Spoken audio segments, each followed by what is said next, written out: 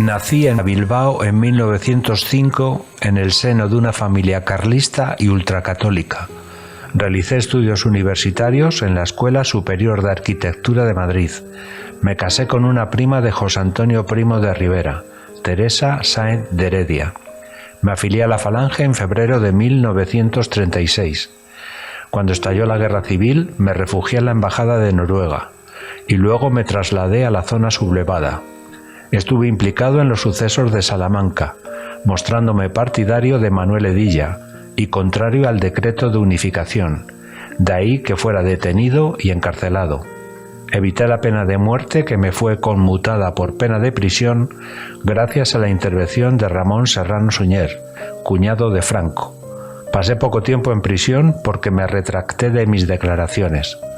Mi primer cargo en el régimen franquista fue el de gobernador civil de Málaga, donde estuve 2 años, de 1939 a 1941.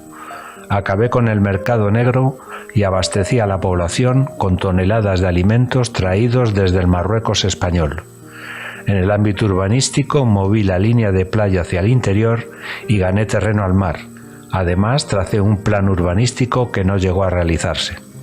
En 1941 fui nombrado ministro secretario general de Falange, llevando a cabo una depuración dentro del partido, convirtiéndolo en más dócil ante el poder de Franco. No solo tuve el control de la Falange, sino también de la propaganda y la prensa. Esto supuso tener que enfrentarme a Suñer. Tras la caída de este en 1942, no tuve ninguna oposición dentro del partido. Sin embargo, me di cuenta que para sobrevivir políticamente debía ligar mi futuro a Franco y no cuestionar su poder. Durante la contienda de la Segunda Guerra Mundial, fui uno de los principales partidarios de entrar en la guerra al lado de las potencias del eje. En 1943 viajé a Alemania y me entrevisté con Hitler, lo que provocaría las protestas del ministro de Exteriores Gómez Jordana, ya que ni siquiera se le había comunicado mi viaje y además este contacto podría empeorar las relaciones de España con los aliados. Mi regreso a España coincidió con la derrota alemana en Stalingrado, lo que hizo volverme más cauteloso en mi apoyo al nazismo y más aún cuando meses después cayó Mussolini.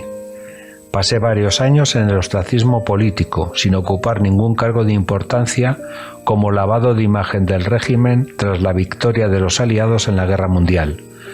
Volvería a ocupar la jefatura del movimiento en 1956, y mi idea era convertir a la Falange en partido único del régimen y disminuir la influencia monárquico-católica que el régimen estaba tomando.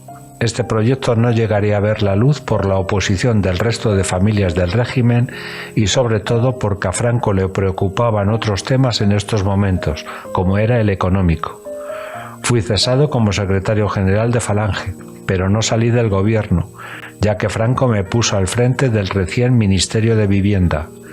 Estuve en el cargo cerca de 3 años y di un giro completo en la política de vivienda, defendiendo la propiedad frente a la anterior política de alquileres. Asimismo, realicé un plan para acabar con el chabolismo en los suburbios de Madrid. Tuvo tanto éxito que se planteó su expansión a ciudades como Barcelona y Bilbao.